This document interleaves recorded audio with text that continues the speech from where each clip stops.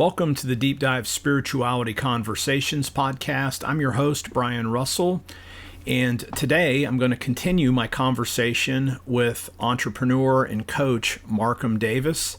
Hope you had a chance to listen to part one. In part two, Marcum's going to take us on an even deeper dive into his legacy peace formula. This is the 5 components that go in to building a legacy that allows us to thrive and flourish now as the people that God created us to be, while sowing the ground for a legacy that will be remembered by you showing up as that person that God put you on the planet to be, to bless and serve others.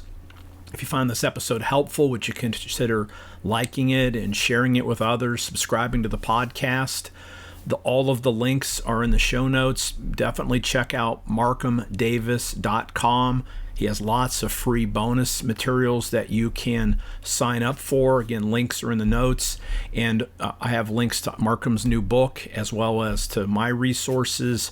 All of the links that go to Amazon are affiliate links. And if you are kind enough to use those, whether you buy the books or not, a small portion comes back to me, though it doesn't affect your prices for Amazon at all. So it's a way that you can support the podcast. Also want to remind you that if you're interested in attending a spiritual growth workshop, there's 2 more this summer of 2024. July 24th is the next one. You can sign up at brianrussellphd.com/growth workshops. By signing up, you'll get the video to the June workshop, and whether you can attend live or not, you will get the videos and all the tools that I share with the folks that come on there. I'd love to have you there. If I could be of any service, reach out to me, Brian at brianrussellphd.com. Now let's jump right back into my inspiring conversation with Marcum Davis. Welcome back to the show, Marcum. It's great to have you on here again already.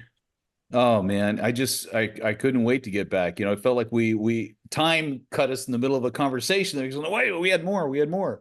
So I'm open-hearted. I'm grateful to you. I'm grateful to everybody who's watching this, and ready to just go where you want to go. So tee it off.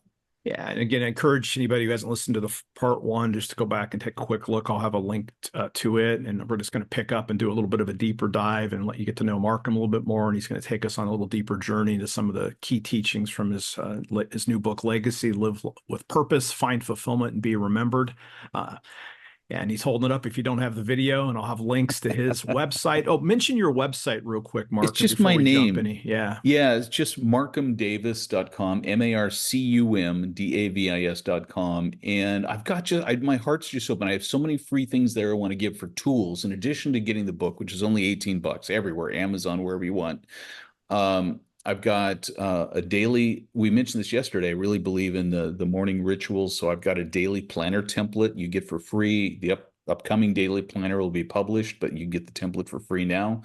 I've got a 20-minute training on how to create morning rituals for legacy makers, and a really cool 7-part course, those 7 videos on 7 days to making your mark in the world. And I did it in studio. It's really professional. I just want to give this out, to you guys to help, because what we're going to do by creating legacy makers is just small shifts and realigning what you're doing to create this multiple explosion of impact, both from everything you do and the deep satisfaction and the things that you've really tried to put your finger on in your life that this book finally outlines. There's never been another book on creating legacies in this kind of a formulaic way to break it down so anybody can do it. We've reserved this for the elite or the famous or whatever. So I'm passionate about this. I'm giving all this stuff away. Please just go to marcumdavis.com, marcumdavis.com. And I welcome everybody to become part of the movement of legacy makers, because that's what's going to change the heart of mankind, honestly. And I want to read a quote from the introduction to the book, and just kind of start there. And it says, you wrote, "We've all been given something great to do, and we are the only things holding ourselves back. The beautiful gift of satisfaction you'll experience is to discover your legacy and see it realized." I mean, there's a lot right in those couple sentences there, but Um, where does a person start? If someone's listening, it's like, okay, I Mhm. have a job, I have a family, or maybe they don't, they're just getting started. Maybe it's a young person. Like, at what point do you start thinking legacy, and what are some steps to figure out what your legacy might look like? I appreciate that because, in order for somebody to move in this direction, legacy in most people's minds is such a huge concept. First of all, the objection I've had some people that they're in 2 or 3 chapters in the book and they go, "This is great, Mark, but legacy is for other people." And I'm just going like, didn't you even read it? Do you not understand? And so for me, first of all, the biggest objection of is it's too big for me. I'm nobody. I am not a kind of person that's going to leave a legacy. And so what the book does is break this down into tiny little pieces. And you and I are fans of John C. Maxwell. He says the end of every day he has 5 questions he asks himself. So I sort of put that at the beginning of the day. So I took a look at the formula, and if you go back to listen to our first interview, guys will catch the genesis of the formula with my friend Rick, his life story, and how I developed this by studying memorial services and realizing that it's not just the rich and elite who can create a legacy. In fact, it's in you. God has already put it in you, and He needs you to live it out, or we're missing that piece in the world, and other people have to fill in the gaps. But I broke it down to 5 components. I found common traits in memorial services and the people my second spouse passed away. I looked at all the memorial services. I said, okay, in every service, people talk about one or more of these 5 areas. And keeping in mind, before I get into these 5 areas, you have to understand that legacy itself is kind of something that you cannot force out of somebody. It's a natural expression from their heart to say, I know Brian, Brian did this for me. He's a great, and there's a way, as Maya Angelou said one time, it's not what you do, or your career, whatever else that people are going to remember. It's the way you made them feel. And so there are 5 different ways we emotionally impact somebody to say, wow, that brother, that sister, they touched me. That was really cool. I am now influenced by them in some way or another. So I'll touch on those areas in a minute. But to keep in mind, a legacy is what other people are going to say about how you touch their lives in some positive way, not in your presence, but to other people. So you say, well, I can't influence what people say to other people. I go, yeah, actually, you can. And so what we love is we're hearing stories once in a while where people come out and say, I just did this thing for this nice person, and I, had no idea. And the guy will say they had no idea who I was. They just did something for me, and it totally changed my life. Even Tony Robbins tells a story when he was a kid. The thing that turned him around was his poor broke family on her his mother's fifth husband, had a visit from a church with a couple of bags of groceries on Thanksgiving and say, we just wanted you guys to have a good Thanksgiving. And so now his entire nonprofit is about feeding family. And he's done, I think, over 1 billion meals they've delivered. And so who is this guy that showed up at their house? Probably just some volunteer from the church, or the Salvation Army or something, Goodwill downtown, and they're just doing deliveries, and there's a bad neighborhood. And so knock on the door and say, hey, I don't know if you need this or not, but here you go. And he leaves. He has no idea he helped feed 1 billion people, right? And so all of these things are ways we can. So let me give you the 5 areas right now. And once you understand these, you're going to understand how, yes, you too can create a legacy. It's really not that complicated. So I observed it, these memorial services. The first thing people talk about, the obvious one, is family, it's relationships, friends, deep friends. And to the people who felt closest to that person, expressed heartfelt things about them. John Maxwell is famous for that one quote. He goes, I want the people who know me best to also be the ones who love me most. And I put that quote in the book because I think that totally captures the essence of the people formula.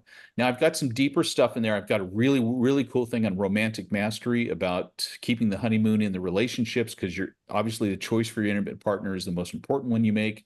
I talk about different aspects of making the intention of making deep relationships, can create that, and how you do that. And there's different parts of that chapter on people. So the first of the 5 elements is people. And again, what I'm going to come back to in each of these is in that I mentioned that daily planner is there's a box. It's like, what can I do for people? And that's so simple. Mhm. It's like, Whoever comes to your mind, just in the quietness, think about it. Oh, I haven't thought about my brother in a while. I sent him a text message. Just say, hey, bro, I was thinking about you. How you doing? Check the box. You touch that for today. Oh man, I promised that guy I was going to send him, a coffee mug. Actually, I think of that because on my to-do list, I told people if they buy 3 books or more, I'll give one of my coffee mugs. And I'm going to put a nice note in it, and so it's nice being an author with a book because I can write notes to people and they feel blessed, and it's a nice little thing I can do. Okay, check the box. People, easy stuff.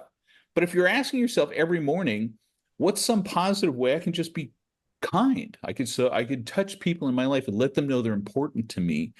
Send an email, make a phone call. Heaven forbid you actually talk to somebody on the phone, set up a lunch, coffee or something, so it's very easy, but it compounding over your lifetime, you're doing that 365 days a year, you're going to deepen the relationships of the people in your life.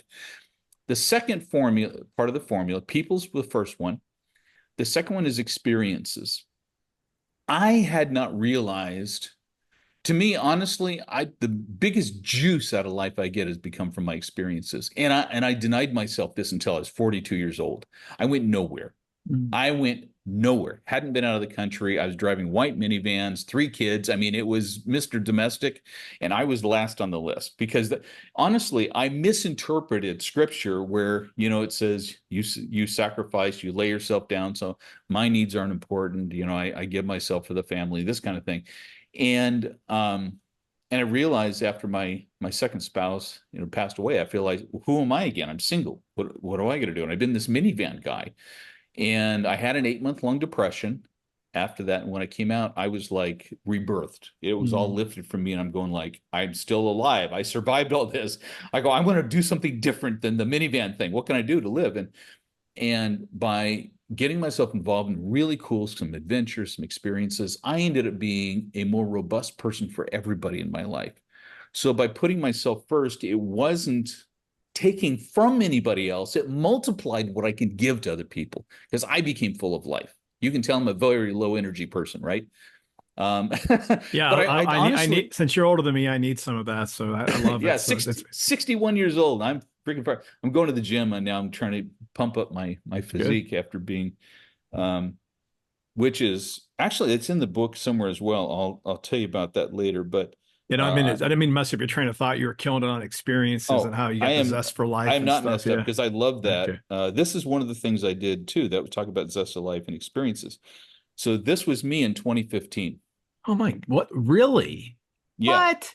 Yeah, yeah, yeah. Wow. yeah. So when I saw that picture, and then this was me just 2 years later. Okay. That's awesome.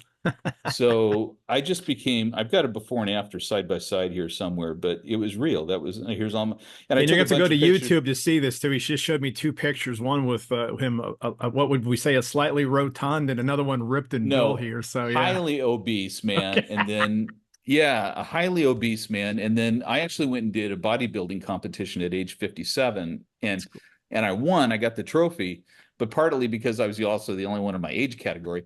But, I got on stage and I was about 12% body fat and I'd been building muscle, and to go Wow. from a very obese man at 250 pounds, I'm only 5'8", so 250 pounds is a beast.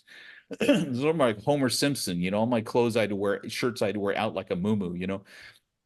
But to me, when I came alive and I said I want to live, and all these different areas came to me as like, that's not how I want to be. That's not the desire in my heart. That's not how I feel. Oh, and we're going to come back to experiences. I love this, but I got to take a little deviation since I'm so excited to talk to you, brother, because I get to have spiritual conversations with you. I don't with others. One of the things is I've become spiritually just in love with God and he loves me and all these things is there's a couple things I've just been very open to ask him questions. I don't get this. This doesn't resonate between what I know of you and feel of you and what I've understood the scripture to be. And one of the things was this word righteousness. Blessed are those who hunger and thirst for righteousness, for they shall be satisfied. And I go, maybe it's just English. But this word righteousness, I equate with self-righteousness. I equate with perfection. I mean, and we're not going to be perfected. So screw it. Why would Jesus even suggest that? And so then I got this little app called Bible Hub. Highly recommended it. And they have an interlinear option where you can look up, because I grew up in this stuff, so I understand the Strong's Concordance and the Bible dictionaries, right? So I'm going, what does this word righteousness mean actually? What did Jesus mean? Because he had to mean something achievable. It had to been positive. He had to mean it like this is a blessing. Blessed are those. And so I looked it up, and it occurred to me what it says is for a person to be as they ought to be. Okay. So then and that makes sense. This is how you should be. Okay. So then the question is, well, how should we be? How were we meant to be? What does that picture look like? And then I come back to the conversation we had on the first conversation, is the Garden of Eden. Mm-hmm. And I just go, whoa, whoa, whoa, wait a minute. So we were intended to have our time to walk with our Father in the garden, to enjoy with abundance everything around us, to be grateful he's given us everything, to enjoy the companion he's given us, to enjoy the task of naming these animals, whatever it may be, to have rest and to be at peace, not in desperation, not in fear, not in wanting, not in lacking. And I thought to myself, if that's what it is to live as I ought to be, for me to hunger and thirst for that I would be satisfied? Oh, I'm all over this now. That is a real beatitude. That is a word of blessing. Desire to come back to the way I created you to be with me, where I have taken care of your needs. Can you believe that? Can you lay your concerns on me? Can you lay your heart on me? Because so for me to hunger and thirst for righteousness, which is an English word, it's not the Aramaic, right? The Aramaic is hunger and thirst for things to be as I designed them to be with you. Oh, that is so cool. And in that comes adventure. And I'm circling back now to part 2, the equation of experiences. So in the 5-part formula of experiences, part of that is we ought to live in joy of creating experiences outside of ourselves that bring us to life, that make us enjoy this playground he's given us. So I always say with your experiences, do 3 things. Plan them, just make it a priority. Because if you don't, you're just going to be stuck in the rut. You're going to do the same job every day. You're never going to get out. I think once a month, do something to shake it up. Go to some restaurant you've heard about, drive across town, go fly to another city, see a friend, do something to shake it up. And once in a while, do something really cool. So my first time out of the country in 24 years, since from 18 years old to 42 years old, I get invited because my sales were going very well for this company I represented, by the board of directors and the chairman of the board, the founder, to go with them on their executive fishing trip. Well, I don't fish. I didn't care, but you can't say no to that. I mean, this is an honor. And okay, so all right, I'll pretend I like fishing. Where are we going? We're going to the Amazon River in Brazil. Wow. Ugh. It's like, what? And well, these guys are bored. What do they do for adventure, right? That's what they do. So I just went from couch potato to Crocodile Dundee overnight. And I'm like, oh, and so I was terrified. The stories in the book are there. It's like there was so much of that story I can't even begin to describe. I was terrified, but I had to go. And of course, it changed my life because it was so amazing, and I ended up going again the next year, went to the same place because we all had such a good time. And that time I was brave enough to go out with our native guides, our little Brazilian native guides, at night when they go hunting for these alligators, these caiman. And I got a picture of me in the book holding a 6-foot caiman alligator from this trip we went on with these guys. And I was like, wow, what have I not been doing all my life? It was so easy. It was 1 week of my life. It was like $3,500. It was nothing. And what it did to add life to me, I'm like, wow, what else is there? And so it just changed my paradigm to understand. And not only that, I always went with people, because to me, going alone sucks. And I'm sorry if I can't say it alone, but No, that's fine. That's not a bad word. I'm not a pastor. I meant guys No, go, hey, he's certainly not a pastor. I understand that. But I've said plenty of things. I've said plenty of things on this, and okay. I even have bad words in my books on the Bible. So okay, yeah, fair enough. Yeah. Fair enough. Look, I'm just a real guy. I was thinking about that the other day coming back here, because I love your audience. I love their believers. I love so many who are pastors. It's like, well, who is this guy to speak? And I go, I'm like Peter. I'm that foul-mouthed commercial fisherman who's got no college education, but he's got one thing, a love for God, and God uses that. That's about all I got. I got no other credentials, and I'm so happy with that. But anyway, so the experiences piece is so beautiful, and I think we have to just plan it and make it a priority. And anything you decide is important will happen. You'll find the money, you'll find the time, whatever, if you decide it's important. Bring people along with you, go with friends. And camping is kind of probably the number one thing. Doesn't cost much. Bring friends with you. And the craziness ends up being the stuff you love. It's like, we got caught in a downpour. The bear ate all of our food. We tipped the canoe over. Those are stories you tell. And they're not life threatening, but it's like, unless you get out of the house and plan on doing something with some people, you'll come back. And honestly, those are the things you will cherish the rest of your life. And I remember just a couple of months ago, I ended up reconnecting with one of the guys on that fishing trip. He's a urologist out of near the Austin, Houston, Texas area. And it was just like no time passed in 20 years. We were just buddies. We just loved each other. He started telling the other people that were pulling out photos. He goes, "Hey, this is Mark. This is a guy." So like it was just beautiful. And so to me, if you want to leave a legacy where people talk about the emotions, the way you impacted the lives, shared experiences are huge. You want me to just keep rolling? Yeah, I think so. Let's just run through that. I mean, and by the way, if you didn't listen to last time and you just listen anyway, that Marcus's, I'm sorry, I got Mark's and Marcus friends, Marcum's. No problem. Formula is peace, right? So you have Correct. people, experiences, and then assets. What's the A stand for? Yeah, assets. So what does that mean? Yeah, so the peace legacy formula is people, experiences, assets, creations, and expressions of kindness. So you can remember the peace legacy formula. And that's the other beautiful part about this is it's so easy to remember: peace, people, experiences, assets, creations, expressions of kindness. That you're thinking about it. Once you have an awareness and attention, you move towards that. And so he said, I'd like to leave a legacy. I'd like to make an impact that people remember me for, that they had these things. And you just go every day. How can I touch on these? How can I touch on these 5 areas of my life? And maybe one of the days you don't touch on 1 or 2 of the areas. It's okay, but it's 365 days a year. You're going to be touching on all of them, and you're going to be creating a legacy, and you're going to have that impact where people are just going to go, wow, everything about that man, that woman, that person, there was something where I was touched by them. And it may have been you just did something in the outcome of that's why I love experiences. You don't have to make it up. You don't have to script it. It happens. It's just going to happen. Life happens when you show up, right? So people, experiences, assets are the third one. Now the assets one, I went a couple of directions. I rewrote that chapter like 3 times because I didn't want it to be like an instruction manual. But and for me, I don't have training in that area. But I will have to say I built 4 different 7-figure business entities, and I've also lost everything. And all those stories are in there to begin with. So I don't know if you want to follow my pattern or not, but abundance has always flowed back to me. So I've learned not to be rattled.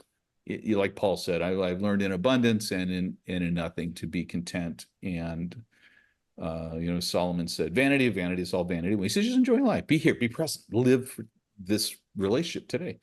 But assets, I did some mindset stuff like that I thought were healthy in attitudes towards money, because the true perspective on money is that in this time we're alive, that money is the currency for dreams. Mm-hmm. And we can't get around that. And so you have been given dreams.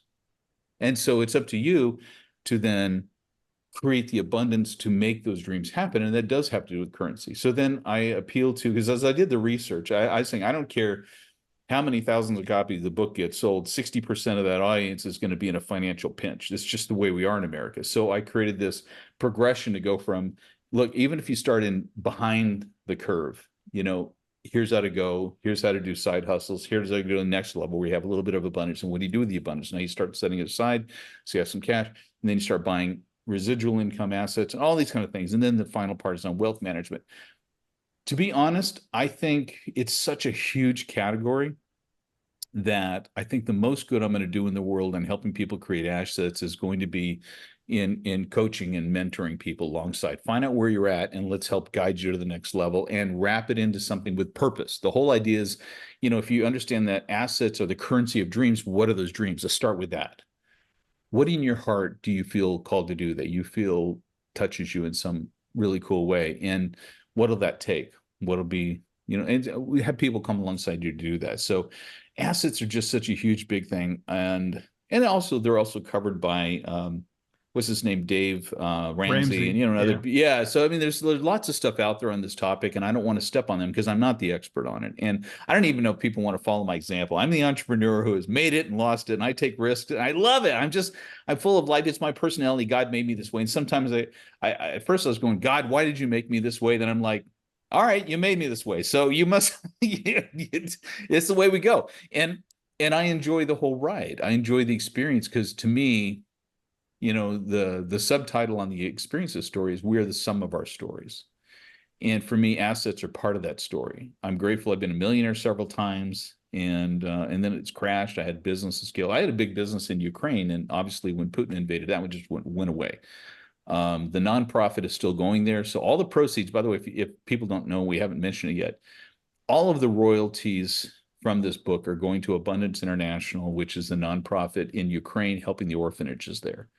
So 100% of all author royalties go there. I get nothing out of it. Now, obviously, I'm going to build a business to support employees doing courses and other things like that. But all the author royals, and I'm very proud of that work. You can go to abundanceinternational.org and you can see what we're doing. We're constantly posting videos and doing updates on what we're doing for the kids in Ukraine because I lived there for 8 years. My heart's with those people. And it's people ask me about the situation there, and I said, I don't care about politics. I don't care about militaries. I care about the people who live there don't deserve this, and I try to take care of, help those who can't help themselves. End of Yeah, story. and I want to go. We will do a part three, and that was some of my questions I wanted to get to. We won't get there today, but I would love to hear some more about the work in Ukraine. But you did hear Marcum talk about abundanceinternational.org, so that'll be in the notes too if you want to check that out. Because we Appreciate have it. some Oh very yeah, my generous people stories. here. Oh, Yeah, we yeah. can get into war stories, dude. I was laid on the ground, flat out, with 4 guys with AK-47s pointed at my head at one point. So I mean, I've got stories, bro. And I'm grateful for all of them. It was something I never would have expected. But I will say this, a little teaser whenever we get into that conversation about Ukraine. I'd been living there since the overturn in 2014, and every Mm-hmm. day we heard about military. We didn't think it would actually ever happen because it had been going on like 7 years and they never did anything. So we thought again, this is just politics and posturing. But I had people who were in the know who they're doing air raid tests. I don't know if you hear that in the background. I apologize. Nah, it looks like Okay, it's good. filtering out pretty well. Yeah. Okay, good. Um, That's so funny. We used to hear these in Ukraine. I don't know why they're doing these tests here. But so I will mention this quickly, and we're going to get back into finishing the peace formula here. But I made a decision, and this is where legacy helps you. Once you've understood the principles of legacy and you understand a different perspective about your purpose here, it changes the way you see everything. So here's an example, actually. So we'll tie this all together. About 6 months before the invasion, I had credible people telling me this is different. This is really going to happen. And it says, you don't want to be there because they are not going to be friendly to Americans. And they do not abide by the norms and gentlemanness of Western war behaviors. They do not. They will not be kind to you. And I had to think about that. And I had like 5 full-time employees and 20 part-time employees. And of course, I had family there. And I just thought to myself, I'm going to stay. I don't care what happens. And I said, here's why. One, it's like, I don't want to be sitting on a couch back in the comfort of the US, watching on a big screen TV as people I love are actually there having to deal with it and the difficulties. That would kill me. I would feel so horribly guilty. I'd rather be there no matter what happens. Second thing is, I just believe that I wanted to be able to say, a year from now, if I were to look back on how I behaved and handled myself, I'd want to be proud of myself. Say, I know it was scary, I know it was hard, but I'm proud of you for what you did. So I had this perspective to say, and that's kind of legacy, creates that long-term perspective. This is part of my legacy story. If I were to look back on this piece of my story, would I be proud how I conducted myself. That was very important to me, and it helped to take me out of the fear of this moment to put it into a broader, bigger perspective. And then the third thing, I just looked at that and said, there's got to be a reason I'm here. Mhm. If I'm here, then I'm here for such a time as this. There's something I'm supposed to do to be part of this solution. And so with that, I don't know if I hadn't started doing this work on legacies, that if I would have seen the situation like that. But I bring that into the book because I said, look, this is how it changes you into seeing the world differently. And then you're so proud of yourself. You become being a person with a living legacy it is the richness of life. This isn't something you have to wait until you die to find out if you left a legacy. When you live it out, you feel it, you see the impact, and you're like, wow, there's no other way to live. This is amazing. So after the people, experiences, assets, comes my favorite topic, because it's the highest impact, and that's creations. And first of all, I would say, when we say we are made in the image of our creator, in the beginning, God created. There's things within us he's given us that should naturally flow out of us to create. We are creators as well. And whether it's programming code, architecture, art, a book, music, um, being a business, birthing a business, there's something that you are supposed to create. There's something you are supposed to birth in this world that's already been put to you, and it'll become a passion you can't not do. And this is what I love. There's, they've always said there's these two motivations, just the pursuit of pleasure or the avoidance of pain. I disagree. There's a third one, and that's pure, unbridled passion. You find something that says, like, I will do this or die trying. I don't care about the pleasure. I don't care how much it hurts. This is going to happen. This has to come out of me, or I will die trying. And that is a bigger motivator than both the other two combined. I really, truly believe that. And so when you find, and you can test things that come that you can create, develop, look in the past, what you've created, look at what you've developed giftings in, look at what other people have said you're good at. But here's the beauty of it. Creations are something that can touch millions of people that you'll never meet. Yes. And there's no other way to do that. Like I said, the book, I already have people writing me notes. They found the email address in the book and telling me about what they got out of it. I didn't even know they bought the book. There's things about people make a movie, it can impact millions of people you'll never know. People write music and the expression of the soul, like people, the music you listen to now, it's like it does something to you, and you probably don't know the members of the band, right? That's right. We just think we do through the songs or something. Yeah, Right. yeah, yeah. We don't know them, but their music comes with us. You have artists that like come with you when you do your workouts or long road trips. You have artists that you bring with you in your work environment. We just need something to study that gives you that. You have artists you listen to when you need happiness. You need to be uplifted, So each of those people, we don't know who they are, but their music touches us. Art touches. You think of the work of Thomas Kinkade or anybody else. It's like, you don't know Thomas Kinkade, but you can go all the way back to Michelangelo, right? Obviously, he's passed a long time ago, but it's the creations are such a beautiful way to make a big impact on a grander scale. And now with the modern day of the internet, that can go global instantly, and make that impact. So I think creations are a big part of it. I end that chapter with a beautiful friend of mine, Dale Mathis, who's a sculptor and an artist, and he and I became good friends, and his stuff is amazing. But he makes his stuff is sort of like gears and clocks with lights, and he does wall clocks and tables and all kinds of creative art.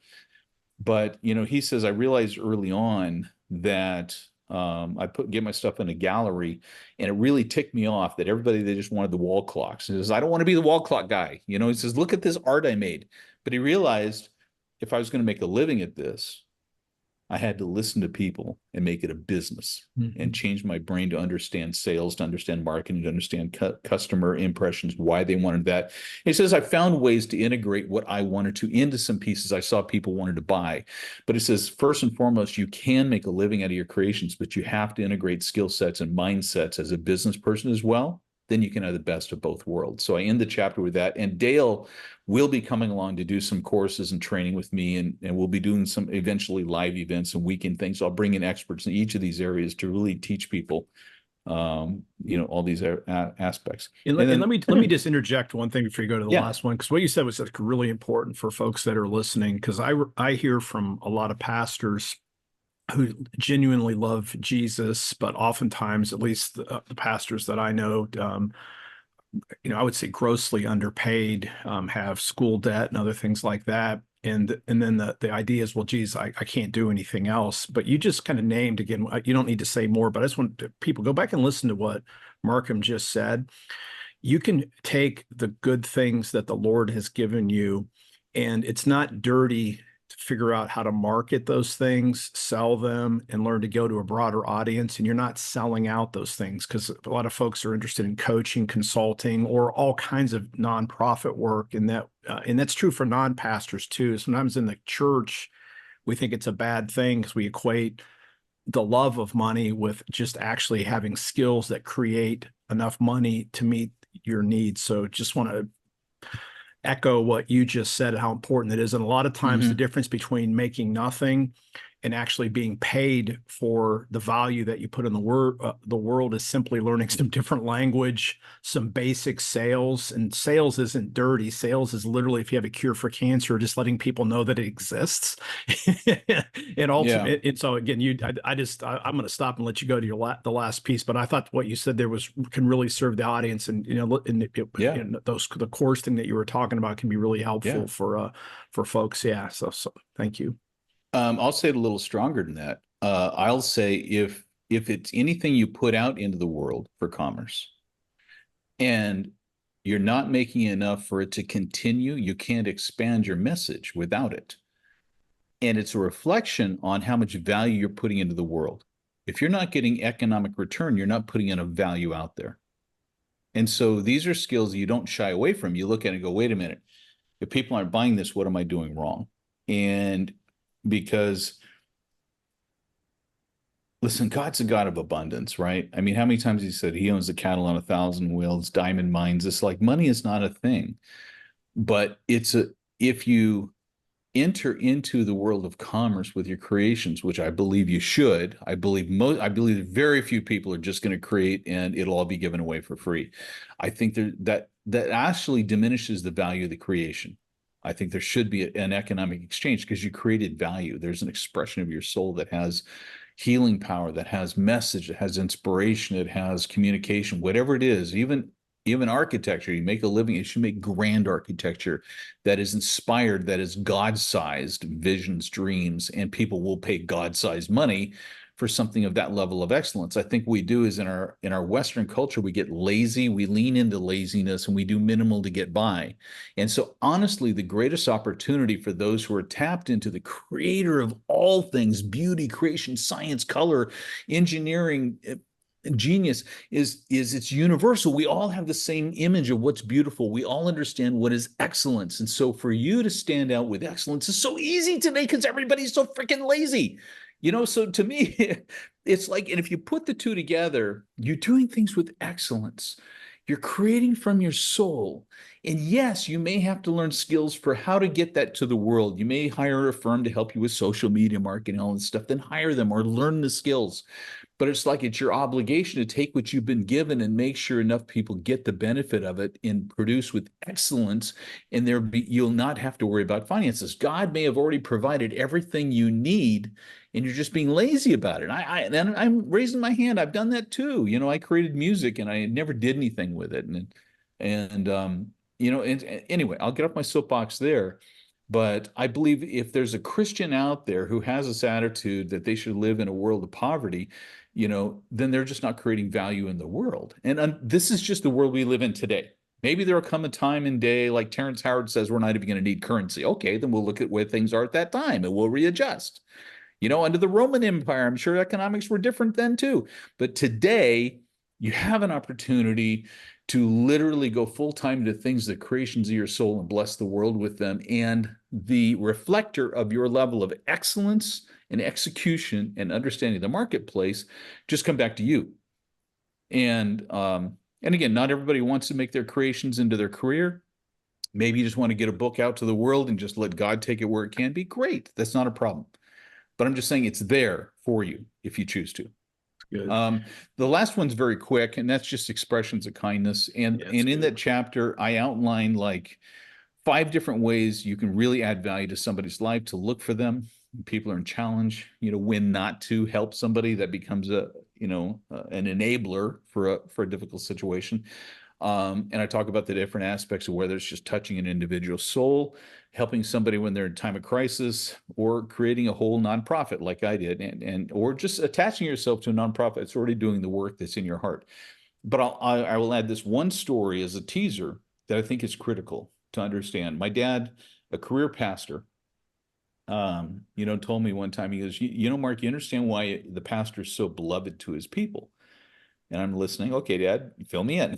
I don't know.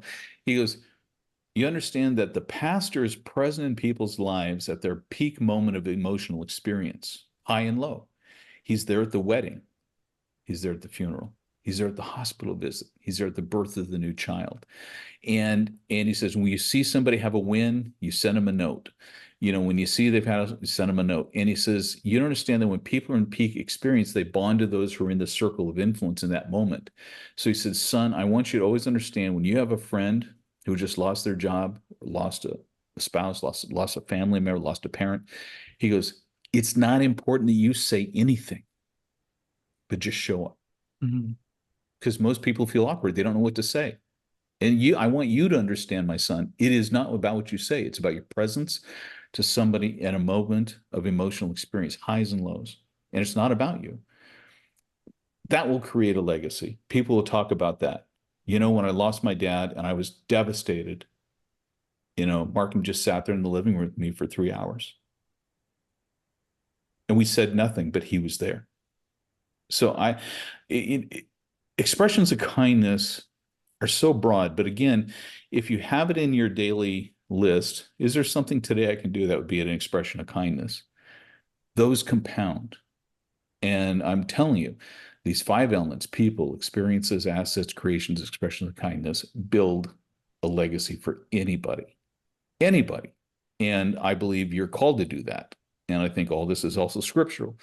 It helped to come up with this simple peace formula and a way to apply it, because those of faith who are connected to source of all that is should be the ones to create the biggest impact by touching people's lives in this way. Fantastic. And thanks for running us through I'm going to call it the peace formula, or the legacy building formula that you've laid out there: people, experiences, assets, creations, and expressions of kindness. Expressions of kindness, correct. And I heard also in there kind of a compounding interest thing, like you do these Yes. things a little bit every day, and then these small acts done consistently over time yield an abundant legacy. So I want to thanks for coming back on the show again. We're going to do part 3. I know we have to wrap up today. So like when you come on next time, what I want to hear a little bit about, what I want us to talk about, we'll put this as a teaser. I want to hear more about Abundance International and your work in Ukraine. I want to also hear about the work that you actually do with men, and how both you bring your spiritual experiences in, and some of this idea with legacy. And I'd like to hear about gratitude, because you're a big gratitude guy, especially in the coaching group that I'm in with that you help to co-lead on Sundays. You always do the gratitude practices, which I really appreciate. And that's a big part of my own coaching work. And then also talk a little bit about container. You talk about having like setting up daily rituals, and I want to hear about that, because that's usually just the closing question I do on the podcast, but I want you to go a little bit more of a deep dive, since that's so important. So again, I want to thank you for coming on today. I'll let everybody know one more time where they can find out more about you, find your book, your website, those sorts of things. Yeah.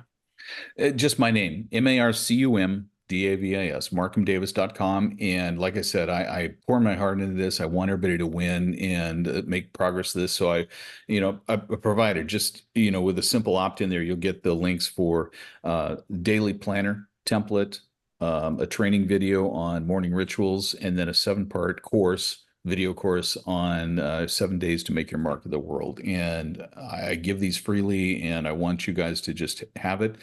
And if you buy 3 copies of the book, I'll send you a coffee mug. So spread the word. And by the way, every single book you buy, Amazon or anywhere else, helps actually pay it forward, because then the publishers, the booksellers realize, oh, this is popular. So they'll increase their promotion of it and their exposure to it. So every book you buy may influence 2 or 3 others to buy it. So it's all important to get this word out and shift people's thinking from greed and power to service and impact.